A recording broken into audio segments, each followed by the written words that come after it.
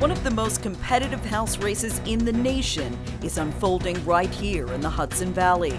And tonight, both candidates who want to represent the 17th Congressional District will square off in their first debate at our Optimum studios in Yonkers, answering questions sent in directly from our News 12 viewers. On one side, Republican incumbent Mike Lawler, who claimed victory in 2022. On the other, Democratic challenger and former Congressman Mondaire Jones.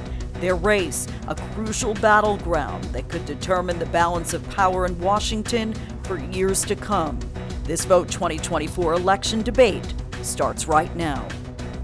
Hello and welcome to the Optimum News 12 studios for what is expected to be a robust hour-long debate. I'm Tara Rosenblum, and this is New York's 17th Congressional District. It encompasses all of Rockland and Putnam and parts of Westchester and Dutchess counties, and it could play a pivotal role as Republicans fight to maintain their slim majority in the House, while Democrats fight to flip it back in their control. So from the economy to immigration, reproductive rights, crime, and more, we'll tackle it all here today. Let's get started. Both candidates have agreed to the debate rules, which include respecting the clock and additional rebuttals at the moderator's discretion. The order of the debate was also decided in advance in a digital coin toss. Let's begin now with our opening statements. Mondaire Jones, you have 90 seconds to talk directly to your voters. Thanks, Tara, and good evening, everyone. I'm Mondaire Jones, and I'm excited to be running to represent you in Congress. Some of you have heard me say that, for me, policy is personal. I was born and raised in Rockland County. I grew up in Section 8 housing in the village of Spring Valley, also on food stamps, where my single mom, like so many incredible women throughout our district, worked multiple jobs just to provide for our family. And she got help raising me from my grandparents. My grandfather was a janitor in the East Ramapo Central School District, and my grandmother cleaned homes. And when daycare was too expensive, she took me to work with her. By the grace of God, hard work, and an entire Rockland County community that helped raise me, I was able to make it from poverty all the way to the halls of Congress. That is the American dream. But for many people in the 17th Congressional District, the American dream is elusive. This is the most important election of our lifetimes, and there are very real differences between me and my Republican opponent, Mike Lawler. I want to restore women's reproductive freedom, freedom that was taken away when Republicans overturned Roe v. Wade. My opponent opposes that. I want to protect Social Security and Medicare for the long term. My opponent has come out wanting to cut those programs. And of course, I want to make sure that we pass the bipartisan border security bill pending in Congress right now that my opponent is blocking as we have this very debate. I'm excited about helping voters here make the right choice in this election. Thank you, Mondaire Jones. Congressman, your opening remarks. You have 90 seconds, please. Good evening. As Ed Koch famously said, if you agree with me on 9 out of 12 issues, vote for me. If you agree with me on 12 out of 12 issues, have your head examined. We're not going to agree on everything, and that's a good thing. But I can tell you what we do agree on. We don't support cashless bail and defunding the police. We don't support allowing cop killers and rapists the right to vote from prison. We don't support calling all cops racist and white supremacists. We don't support open borders and amnesty for criminal illegals. We don't support socialism, congestion pricing, and government-run health care. And we sure as hell don't support higher taxes, reckless spending, and inflationary policies. You know who does support those things? Mondaire Jones. As a member of Congress, Mondaire was the third most radical leftist in Congress, voting with AOC and the squad over 97% of the time. By contrast, I'm the fourth most bipartisan member of Congress, standing up to my party on issues of SALT, access to IVF, and opposing a federal ban on abortion. Mondaire passed one bill in his time in Congress. I've passed 10, 5 of which have been signed into law by President Biden. I've brought back over $70 million, more than double what Mondaire Jones has brought back to the district. He shut down his office 2 months before his term expired, running away to Brooklyn, leaving you in the lurch. I will never stop fighting for this district. I will never abandon you. I will always stand up for you, and I'm proud of the record that I've amassed over the last 21 months. Thank you, Congressman. All right, let's dive in. Are you ready? Let's get to the questions. This debate comes on the heels of two major hurricanes down south that left millions of people without power and claimed hundreds of lives. A lot of us have loved ones down south, but here in the lower Hudson Valley, we also have experienced our fair share of extreme weather events in recent years, from flooding to heat waves, hurricanes. Yet many local homeowners have expressed their frustration to News 12, claiming disaster relief has been hard to come by, especially after the 2023 floods in our area. Jane from Nyack has our first question. Gentlemen, let's take a listen. What will you do to address climate change at the federal level and also here at home in Rockland County? I'm concerned about the rising tides and floods in Piermont and the costs of damages local residents face. Mr. Jones, your plans to fight climate change? You have 90 seconds. Absolutely. But first, let me address some of the misinformation and disinformation that you just heard. I never called all cops racist. I've always supported an exemption for the lower Hudson Valley when it comes to congestion pricing. And when I was in Congress, we were part of a productive majority that actually delivered for the American people, whereas my opponent is part of a Congress that is defined by chaos, extremism, and incompetence. To the particular question that was asked, he's a former oil and gas lobbyist, whereas I'm someone who actually delivered legislation that combats climate change. In fact, it's called the Inflation Reduction Act, the largest investment in combating climate change and in clean, renewable energy that any nation has ever taken in the history of the world. Now, my opponent is on the record opposing that legislation. He ran against it. In fact, one of his first legislative votes in Congress in January of 2023 was to repeal that legislation. We have to build on that. We have to make sure that our communities are shored up, that they are hardened, that we have the capacity to withstand these increasingly frequent and severe weather events. My opponent was on Twitter a few years ago, before he ever ran for Congress in a swing district, mocking climate change. So you can imagine the very real differences between us.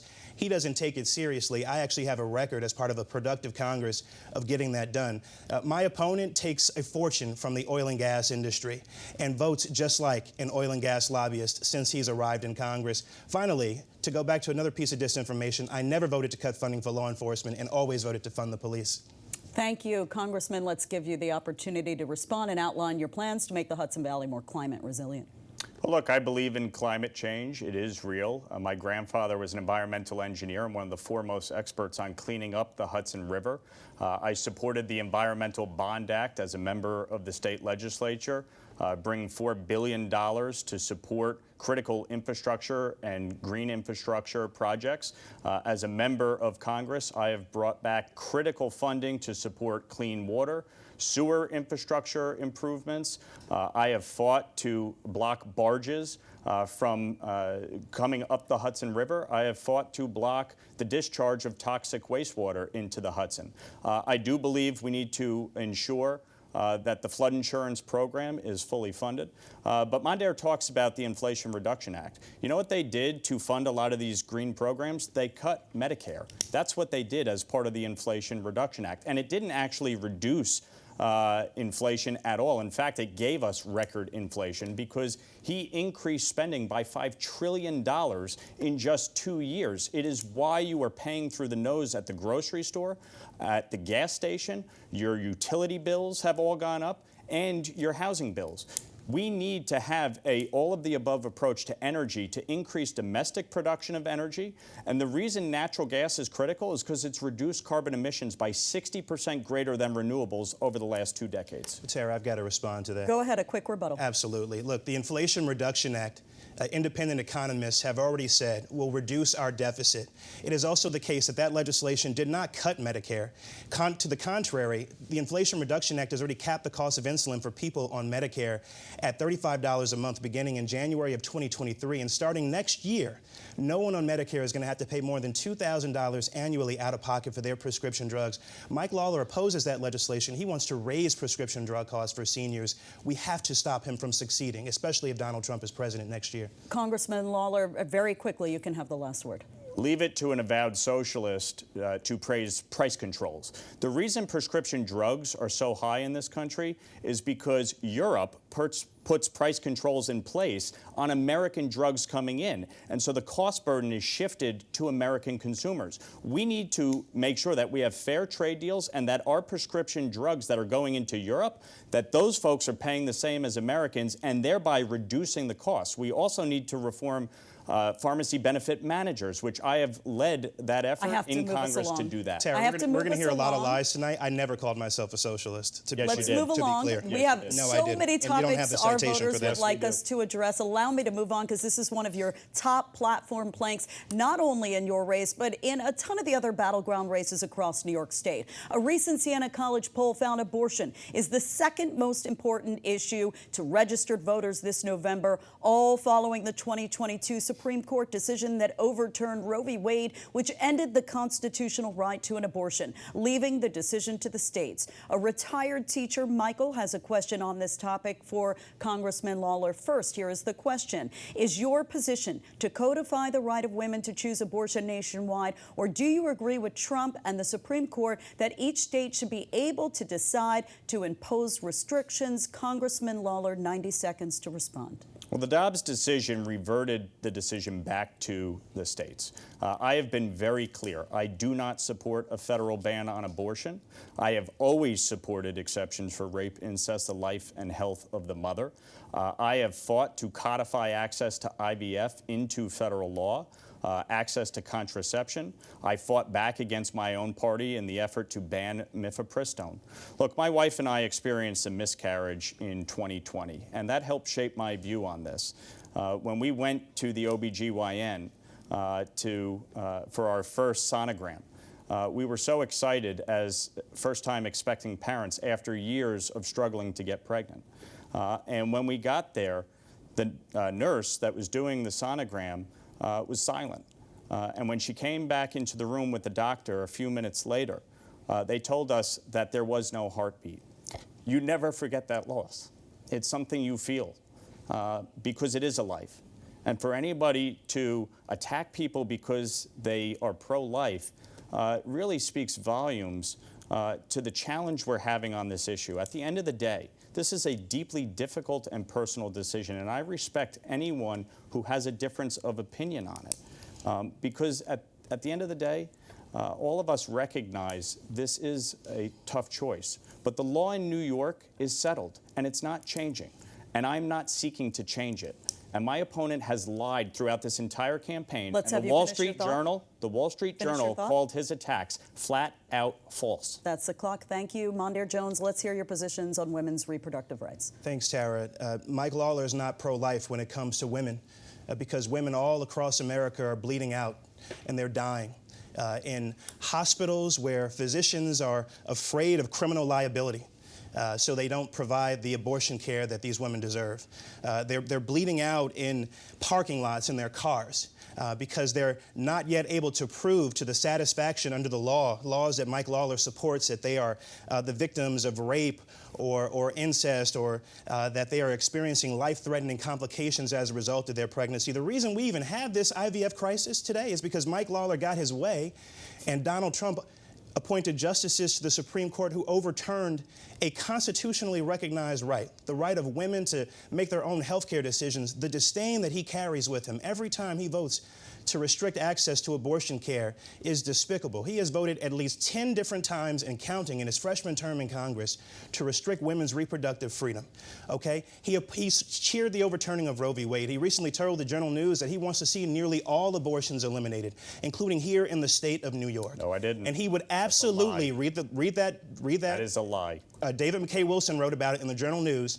And of course, he would be a reliable vote for a national abortion ban because he is sincerely extreme on this subject. That puts him out of step with the views of this district, and he has never a day in his life stood up to Donald Trump. Of course he would vote for a national abortion ban. Thank you, Mr. Jones. Congressman, you have requested, and I'm going to grant you a 30-second rebuttal. The only extremist here is Mondaire Jones. He supports abortion up to the moment of birth. He supports gender selection. You know that's not true, Mike. He's opposed to parental notification, and he's fine with non-doctors performing abortion, which makes abortion less less safe. And you talk about respecting women.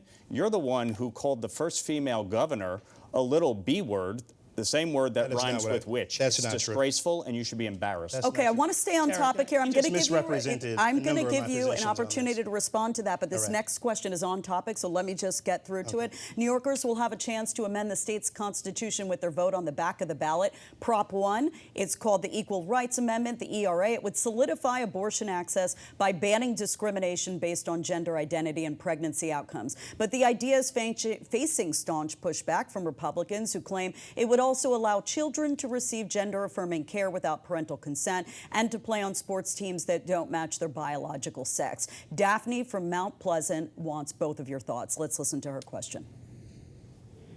Do you support the passage of New York's Proposition 1, which would enshrine gay rights and ensure a woman's right to abortion?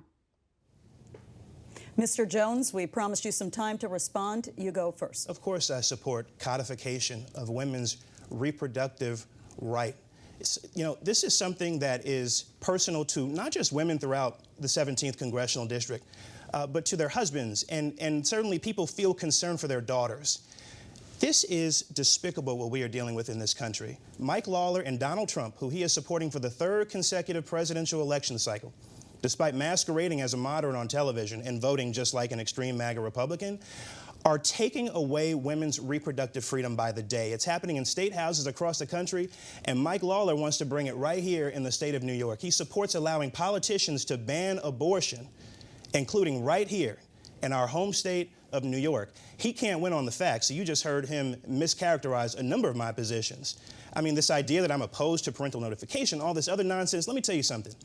Every woman has the ability, and should have the ability, I should say, to make their own reproductive health care decisions. It is a deeply personal and intimate right, and Mike Lawler should stay out of people's doctor's offices when such a decision like that is made. Okay, go ahead and respond, Congressman. When his lips are moving, he's lying, because he literally just said now he supports parental notification, and yet what Prop 1 would do would be to ensure that there is no parental notification.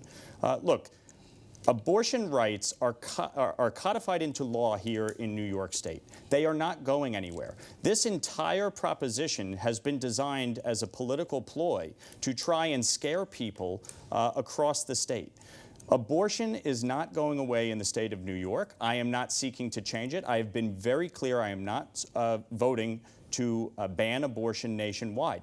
I voted against this proposition when I was a member of the state legislature. I am voting against it on the ballot because it goes far beyond abortion rights and goes well beyond any issue that we're talking about. You have issues pertaining to parental rights. You have issues pertaining to boys, biological boys playing women's sports.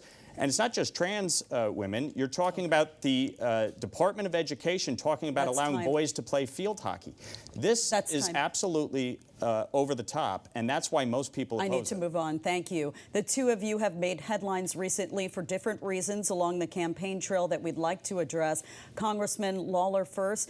This New York Times article from October 3rd included a photo from your college days 18 years ago. It recently resurfaced showing you dressed up as Michael Jackson with paint darkening your face. You have since addressed the issue and apologized, but what do you have to say to voters who still have concerns about that photograph? Well, I appreciate you bringing this up, and certainly I addressed it the day the story came out, both in the New York Times and on CNN. And as I said in those interviews, would I do this today? Absolutely not. I recognize why people are offended or upset or hurt. In no way was I ever dressing up to demean or belittle or make fun of Black Americans. Michael Jackson was my music idol. He was somebody I admired for his music, his dance abilities, his entertainment abilities from the time I was a little kid. And anybody who knows me knows that. And they know even today in my DC office, I have an Andy Warhol painting of Michael Jackson hanging in my office. But at the end of the day, I recognize why people were upset. I said sorry, both in the New York Times and on TV. But even Van Jones, Mondaire Jones' supporter, Van Jones, was on CNN that night and said, this is not blackface. This is not what traditional minstrel shows were about to demean and belittle Black Americans. Let's finish and your I agree. sentence. Okay. Mondaire Jones? Thank you. Look, in 2006, it was well established that blackface was deeply offensive. But, you know, this is part of a pattern, right? Politico, the next day after that blockbuster reporting by the New York Times, said that on 2 recent occasions in recent weeks, Mike Lawler has refused to rise to the occasion. He hosted an event where someone used the N-word, and he refused to check that person. He refused to even acknowledge that the N-word was used in his presence. He did an interview with the talk show host or a radio show host, and the radio show host said that there's no such thing as white supremacy, but there is such thing as black supremacy. And Mike Lawler didn't push back on that. So it's why the Spring Valley and NAACP branches, Spring Valley and NIAC branches of the NAACP have issued a statement saying that this is part of a broader pattern. And I also think it speaks to the fact that he hasn't learned his lesson, because he declined to do an NAACP candidates forum as recently as a week or so ago. And it doesn't stop here. He defended Donald Trump when Donald Trump used dangerously anti-Semitic rhetoric, blaming Jewish people for losing the election in November. Thank you. Now, Mondaire Jones, just last month, you too issued an apology to Governor Hochul after using a curse word in a conversation with a reporter from The New Yorker about the governor's role in the 2022 redistricting fiasco. That's when Republicans managed to flip a handful of crucial swing seats, including your district. Let's bring up that quote now. There it is. And now the governor, Mondaire Jones, is allocating a lot of resources to your campaign. What do you have to say to voters who were offended by your word choice here? Look, I made very clear in that statement, and you didn't include the full quote, that I was not talking about the governor from the time that that statement was ever issued to The New Yorker. More importantly, I apologize to the governor for the distraction of this, and she has acknowledged that she doesn't think I was talking about her. Here's the thing. Mike Lawler would rather talk about this than talk about the fact that he has an abysmal anti-woman record throughout his tenure, not just in Congress, but in the Assembly, where he just acknowledged, to his credit, that he voted against enshrining the right to an abortion under state constitutional law. Let me tell you, if he gets his way and a national abortion is passed, no woman will be safe here in the state of New York, even if we do pass Proposition 1. And please turn over your ballots and make sure you do that in November.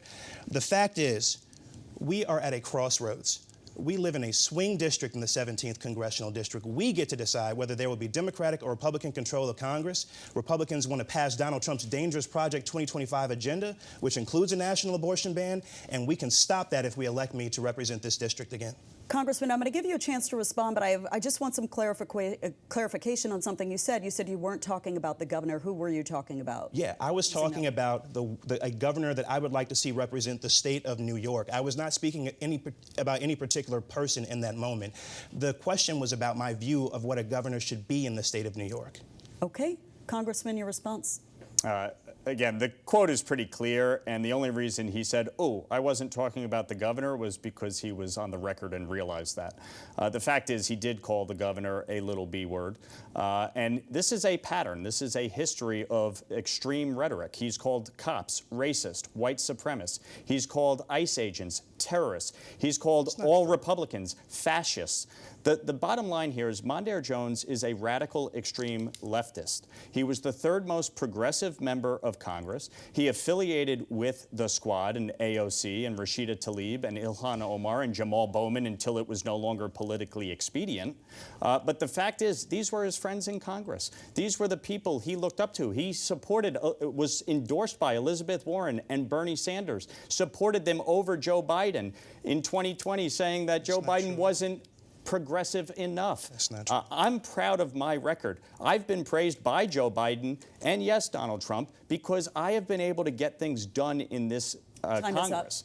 And I'm proud of that. Go ahead, Mr. Jones. I appreciate that. I'm going to give you 15 seconds. Sure. In December of 2021, Mike Lawler complimented me for never affiliating with the Squad in an interview with the Journal News. Okay, but now that it's to his political, now that it's in his political convenience, he's trying to describe my record in a way that is inconsistent with even his own prior descriptions of it. He's not the bipartisan that he says he is, because he would be supporting a bipartisan border security bill that he is currently blocking right now, even as we experience the migrant crisis in the state of New York. He said it would be dead on arrival. He joined with Mike Johnson, the most radical Speaker of the House in the history of American government, who he said he proudly voted for, and who, if he remains the Speaker of the House next year, would absolutely pass a national abortion ban and cuts to Social Security and Medicare. Okay. He's even the sponsor of the federal version. Go ahead, 5 seconds. Mondaire, you're the one who chose to leave this district, pack it up to Brooklyn, call yourself a progressive champion, and say that you never felt more at home than you did in Brooklyn. So maybe after this election's over, you can go back to allow me to yourself take a criticize quick Sean commercial Maloney break. for the way that we can were treated pick this in up in a few minutes. I thank you both, but we do have to take a commercial break. Don't go anywhere, everyone. This Vote 2024 News 12 election debate is just getting started. When we come back, we're going to talk immigration, the economy, so much more, because local elections lead to national change.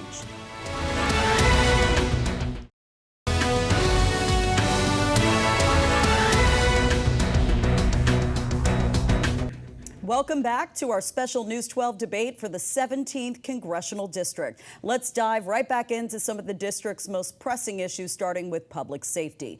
The data shows overall crime is on the decline. Governor Hochul, in fact, just this month announced that gun violence is down 47% since 2021. But at the same time, polling shows people overall feel less safe than they did 4 years ago. Kelly from East Fishkill has this question. I travel extensively in the tri-state area while doing my job. I'm very concerned about my safety, especially as a female traveling alone. What specific plans do you have to reduce crime so I can feel safe while I'm trying to do my job? Thank you. Mr. Lawler, Congressman, you're up first, and you have 1 minute to address public safety. Well, cashless bail was the single stupidest piece of legislation that has ever been enacted into law anywhere. Mondaire Jones supports it. I fought to repeal it as a member of the state legislature. I fought to get a dangerousness standard. Democrats opposed to that. Crime is actually up. The FBI revised their stats recently, and crime is up. Democrat Susan Cacase, running for district attorney here in Westchester, recently said at a forum in Cortland that crime is in fact up. So the idea that crime is down is bunk. When you go into Manhattan, we have serious challenges right now. 3/4 of those being arrested are migrants. This is a major issue. And the policies that have been enacted, from cashless bail to raise the age, have actually made it less safe when it comes to gun violence. In fact, 80% of those that are arrested for gun violence are released back onto the street only to reoffend. If we want to prosecute if we want to ensure safety, we need to prosecute criminals and prosecute those who use guns in the commission of a crime. Thank you. Mr. Jones, what actions would you take as a member of Congress to fight crime? Thanks, Tara. There's been a lot of misinformation around this as well, and it includes the fact that Mike Lawler actually voted on 3 different occasions to cut funding for law enforcement. He succeeded actually earlier this year in cutting funding for law enforcement by nearly $1 billion. This too was written about in the Rockland Journal-News. Don't just take my word for it. New York Times said it was He also false. opposes an assault weapons ban, which would make us safer if we had in place the same way we were safer from 1994 to 2004 as a result of that legislation. He also opposes universal background checks. He's certainly blocking it. As we have this debate, he is blocking it because he supports Mike Johnson and empowered him to be Speaker of the House of Representatives. A universal background checks bill would never get an up or down vote because of what he has done. Here's the thing. I never voted to cut funding for law enforcement. We have to make sure we continue to fund our police. I voted for record levels of police funding despite the $1 million in ads that Elon Musk, his biggest backer in this campaign, is putting on Twitter and, of course, on television. Thank you. I'll give you a chance. I know your hand was up from the get, so go ahead. Folks, you just have to listen to him in his own words. He said we need to end mass incarceration and defund the police. Those are his words. He wanted to shift funding. He wanted to shift funding to social workers. He called cops racist and white supremacists. That's not true. Yes, it is. No, it's not. Yes, it is, sir. No, it's not. The bottom line here is this. Mondaire Jones has supported policies that have made us less safe. Crime is up because of the disastrous cashless bail law that he supported. I never supported it. And the New York Times called the argument that we cut funding to police false. David, you could cite David McKay Wilson all you want, but the New York Times said it is false. let's respect the clock. Let's not speak over one another. I'm going to give you a chance to respond. We're sticking with the topic of public safety. I promise you'll have ample amount of time. This was one of the most asked about questions from our viewers. There have been at least 50 school shootings in the United States so far this year, but Congress has remained fairly unwilling to take up any gun reform bills. Heather from Pearl River wants to know more on where the both of you stand. Let's take a listen. I work as an administrative assistant at a local elementary school where we conduct monthly lockdown drills. I also come from a family of law enforcement officers. My question is, do you support reinstating a federal assault weapons ban? And if elected, do you pledge to make that a priority your first 100 days in office? Go ahead, Congressman. When I was in former Congressman. that works too. When I was in Congress, I helped pass the Bipartisan Safer Communities Act. It was part of a string of bipartisan legislation that I helped pass into law, contrary to what he's been saying on the stage tonight. But that was the most significant set of gun safety reforms that we have seen in nearly 30 years in this country. But we need to do more. Kids are getting gunned down in schools around the country. People are getting gunned down in synagogues and in mosques and in churches. They're getting gunned down in grocery stores like what happened here in Buffalo, New York a couple years ago. And Mike Lawler blocks that legislation every day he serves in Congress, but we can do something about it. We can restore a Democratic Congress to finish the work that I and others started last term. This puts him well outside the mainstream. He's also, as I mentioned, blocking a universal background checks law. This is common sense legislation, bipartisan ideas, supported by the overwhelming majority of the American people. But he's not bipartisan on this the way he's not bipartisan on any other issue of consequence to the American people. Thank you, Congressman. Do you support a federal assault weapon ban as a way to curb shootings? Democrats had complete control in Washington during Mondaire's 2 years and didn't get this done. Will you answer the question? Excuse me. Democrats had complete control and didn't get this done. The fact is there is not consensus to pass this legislation as written because it would ban nearly every semi-automatic weapon, and most guns actually are semi-automatic.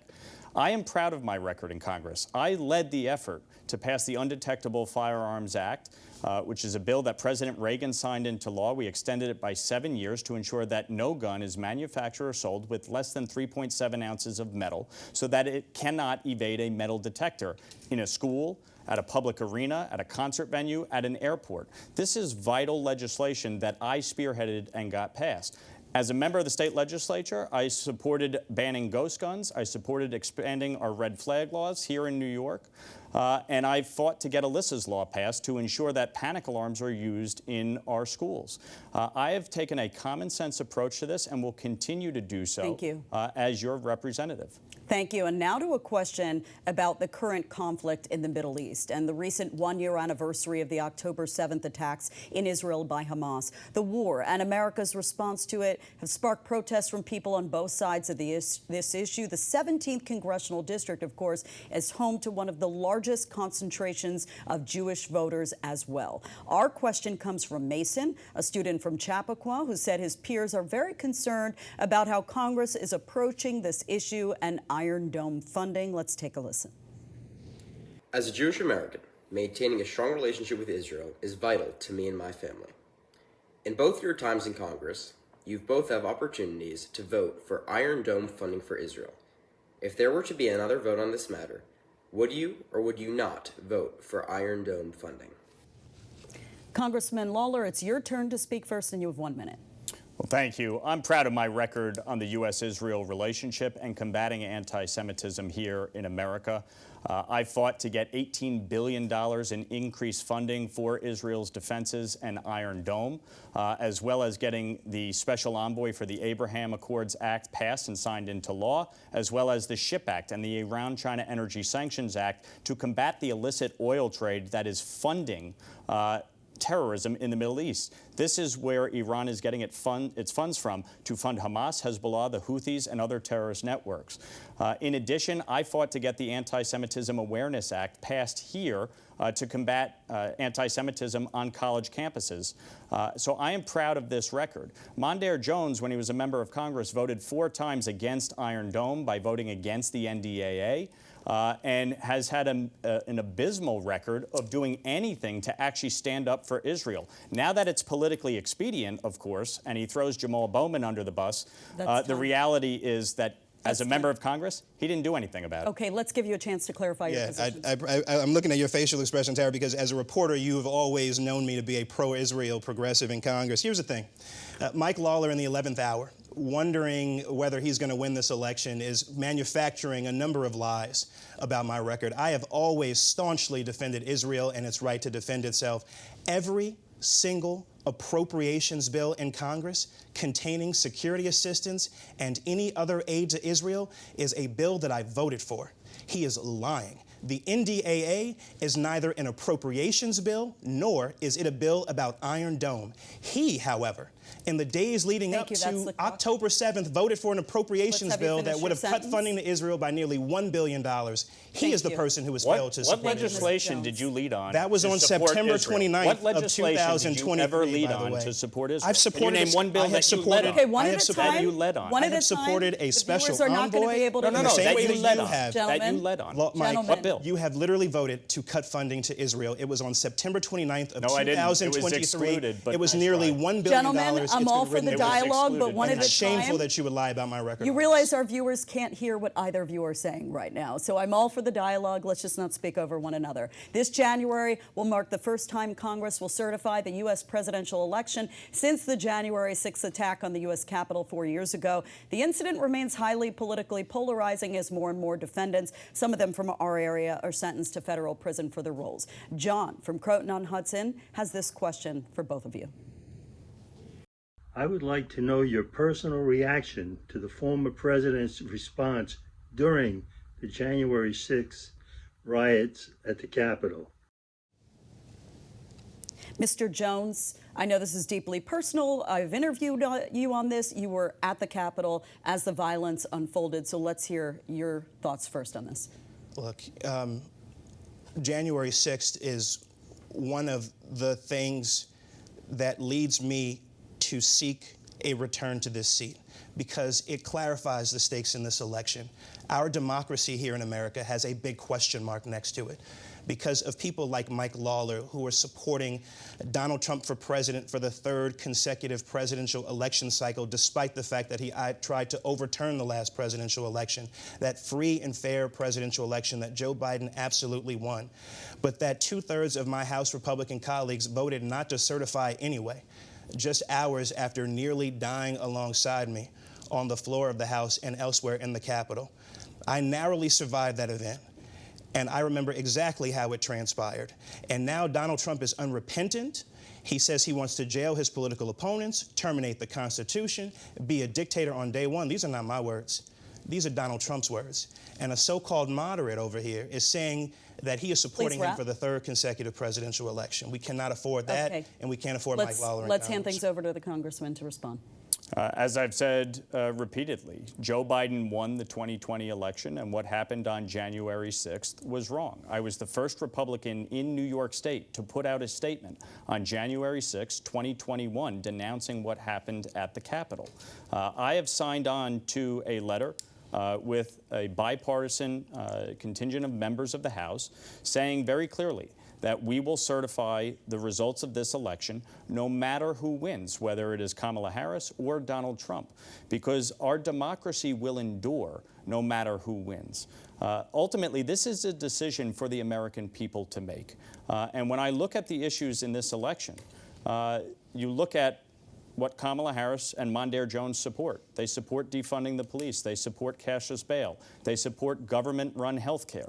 They support open borders. They want to decriminalize border crossings. Mondaire Jones pushed to allow cop killers and rapists the right to vote. He pushed to block deporting criminal aliens. That is a major problem. That is what this election is about. Mr. Jones. I love how a question about whether we're going to continue to be a democracy devolves into lies about the border. It's not lies, even as we experience a migrant crisis that he is enabling because he refuses to support bipartisan border security legislation endorsed by the conservative Border Patrol Union and co-authored by some of the most conservative Republican senators in the Senate. He said that bill would be dead on arrival. He wants to block border security legislation because Donald Trump is telling him to do so. He wants to use it as a campaign issue because he doesn't have any other thing to run on.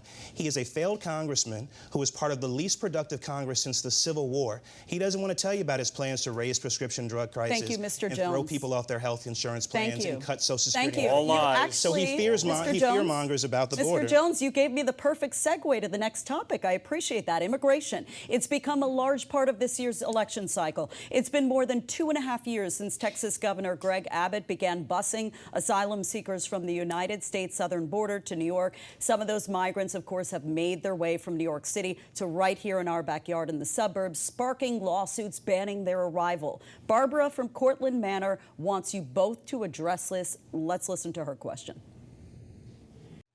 Many migrants have been brought to local communities in the Hudson Valley, and I'm concerned with the impact on local citizens, including a larger tax burden, increased demands on healthcare and housing, and increased crime. What do you plan to do to protect the citizens of the community in light of this current crisis?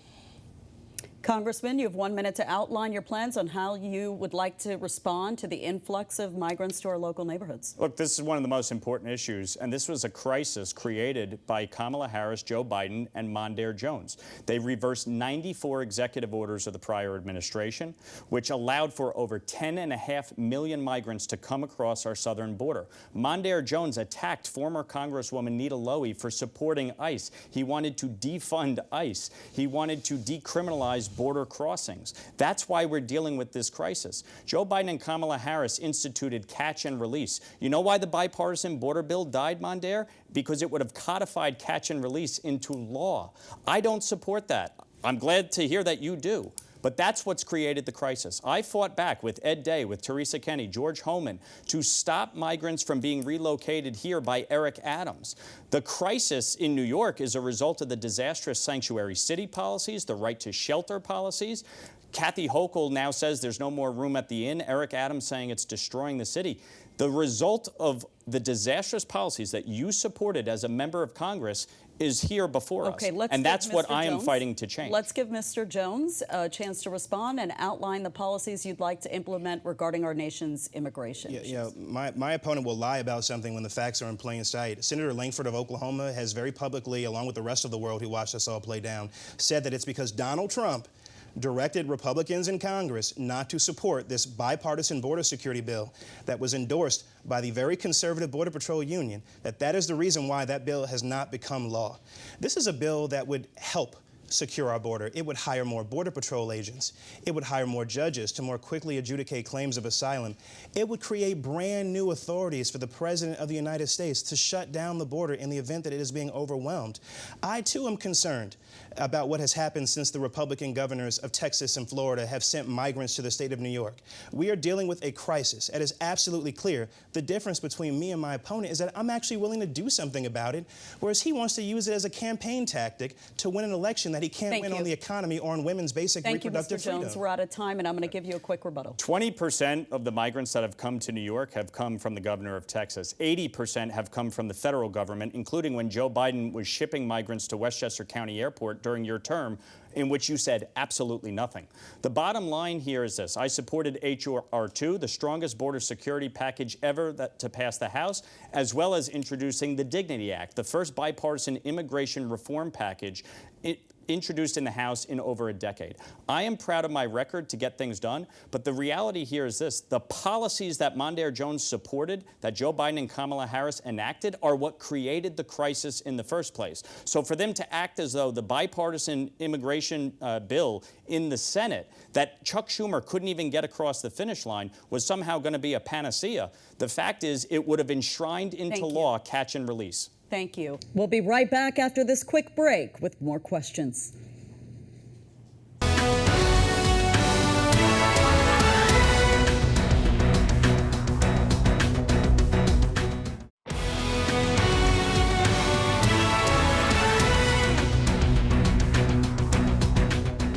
Welcome back. This is the first debate between the two candidates in the hard-fought fight for the 17th Congressional District. And we have more questions for the candidates now. We're moving on to pocketbook issues and the crisis lack of affordable housing across the Hudson Valley and the rest of the state. According to New York State Comptroller Tom DiNapoli's office, housing costs almost 30% of a household income for almost 3 million New Yorkers. Our next question comes from one of our viewers, Loretta. I wonder when we're going to have affordable housing for our young people. If there are any apartments available, the rents are $2,500 to $3,000 plus a month.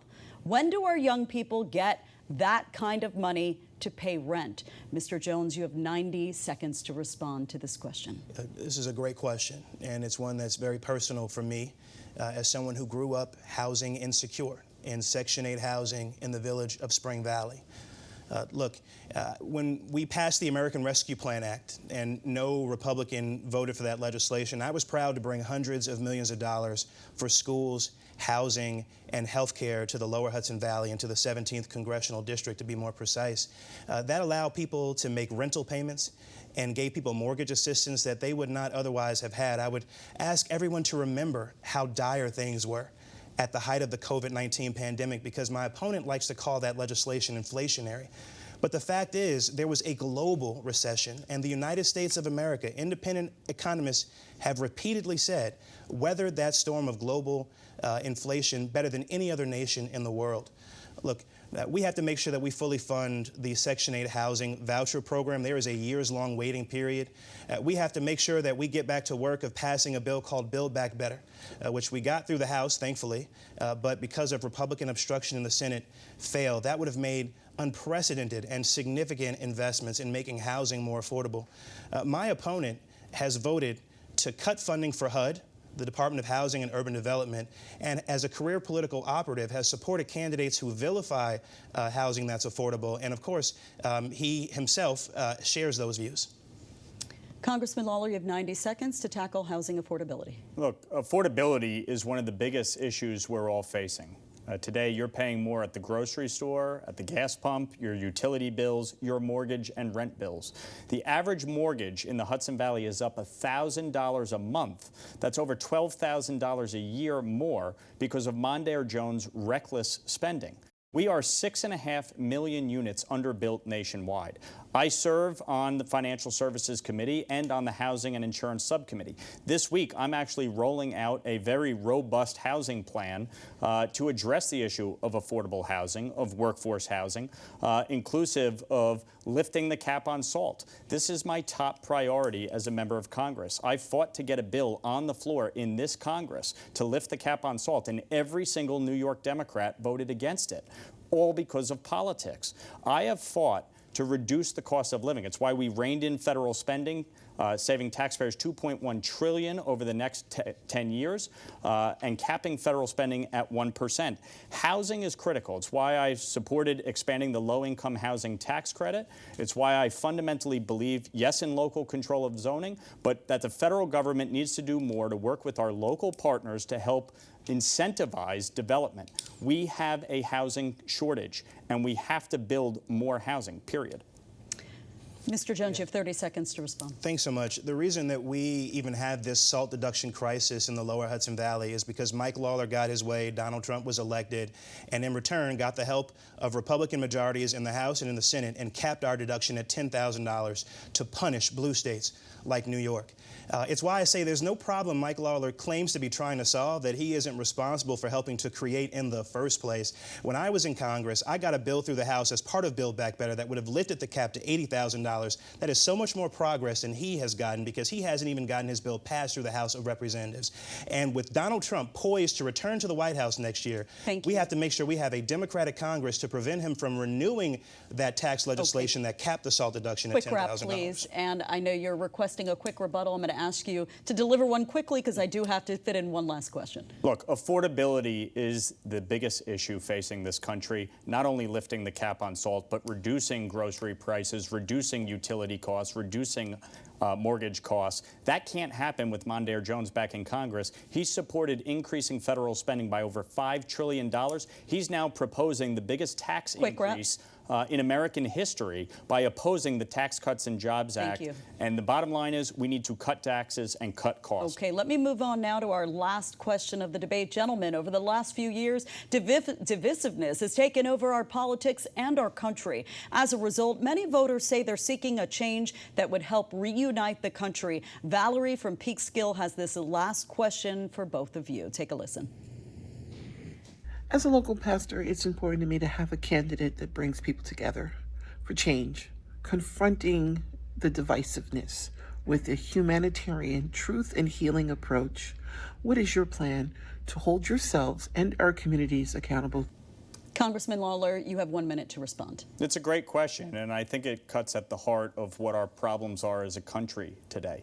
We have so many challenges, and unfortunately, we spend so much time on nonsense as opposed to solving the major crises, from the affordability crisis to our border crisis to public safety to housing, immigration, energy policy, and what's happening around the globe.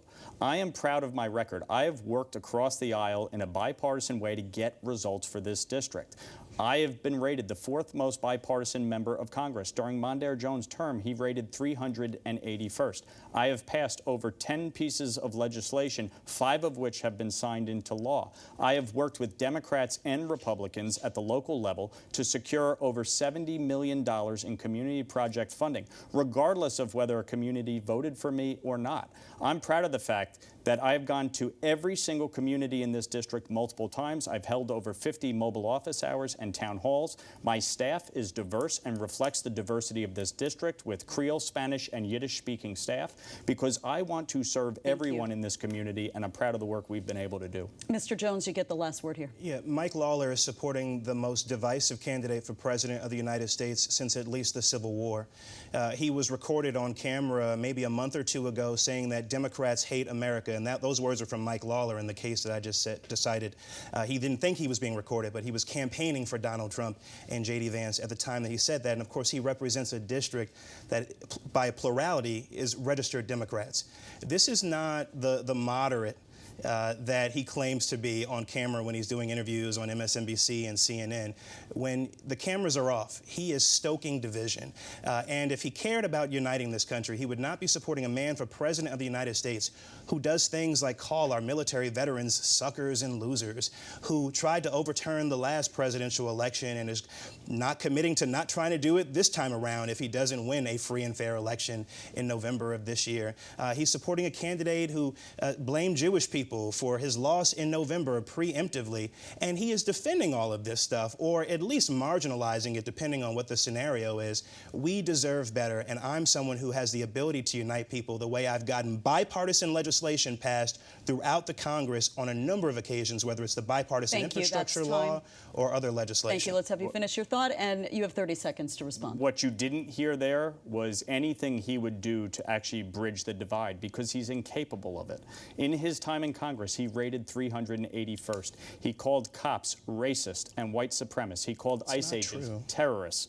At the end of the day, Mondaire Jones has a long, extreme record, and that's why he's incapable of doing what I've been able to do in this Congress. I have worked with Democrats and Republicans to address the challenges facing our country, and we'll do it again. Go ahead, Mondaire Jones. Just really quickly, I did not call all cops racist. I did not call ICE agents terrorists. I mean, you can look this stuff up. The stuff that these super PACs have been citing, when you actually look at the stuff that they're saying, they are not what he is saying. Gentlemen, we could talk about this all day long, but alas, it is time for our closing remarks. Let's get right to them. Mr. Jones, you will begin, and you have 1 minute, sir.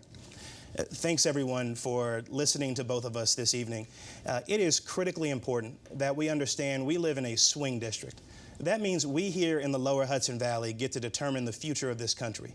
We get to decide whether Republicans have a majority next year, whether Congress will be led by extremists, or whether we will have Democrats with the gavel, either to block Donald Trump's dangerous Project 2025 agenda, which my Republican opponent supports, or to make sure that we restore women's reproductive freedom, such as passing the Women's Health Protection Act, or securing our southern border by passing that bipartisan border security legislation that, again, my opponent is blocking at the direction of Donald Trump, or protect Social Security and Medicare for the long term instead of allow people to cut those critical programs like Mike Lawler, when he says he wants to raise the age of eligibility for Social Security and Medicare, we have to make the right choice. The rest of the country, and certainly our families here in the Lower Hudson Valley, are depending on it. You have 1 minute for your closing remarks. Whether you're a Republican or a Democrat doesn't really matter. All of us want a few basic things in life: a good paying job to provide for our families, a quality education for our children, access to housing and health care, and we want to live in safe neighborhoods. My wife and I are raising our 2.5-year-old daughter, Juliana, and we're expecting another daughter next week. I care about this community. I will fight for this community, as I have during my 21 months in Congress, to address the issues impacting your families most acutely, from the affordability crisis to the crisis at our southern border, to the housing crisis, the energy crisis, the crisis around the globe. We are in the most precarious place since World War II. And the lead up to the Holocaust. I am proud of the work that I've been able to do on your behalf to address these challenges, working in a bipartisan way, and I look forward to continuing to do so. I ask for your vote on November 5th. Thank you, Congressman. Thank you, Mr. Jones, for taking part in this debate, and thank you all at home for watching. I'm Tara Rosenblum. We'll see you on Election Night.